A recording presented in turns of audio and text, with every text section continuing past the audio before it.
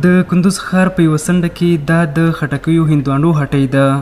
په دغه هټۍ کې د خټکیو هندوانو پلورونکي وایي چې سږکال د تازه میوو په ځانګړي ډول د خټکیو هندوانو بازار تود شوی او هر ورځ ګڼ شمېر کسان د تازه میوو پیرلو په موخه ورځي.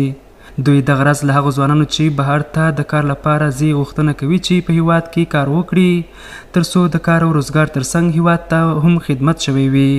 اینجا ما 5 نفر کار میکنیم، سودای ما خوب است، کاروبار ما شکر است. از تا مزدوری مردم خارج کردن در همینجا در وطن خود غریبی کنیم. آرام هستیم ما برادر، از پیش امارت اسلامی خوش هستیم. کاروبار ما خوب است، 5 نفر اینجا کار میکنیم، 5 شریک هستیم روزانه.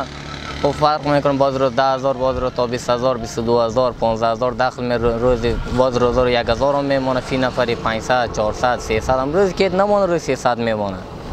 خوب است شکر کاروبار میشه میشه.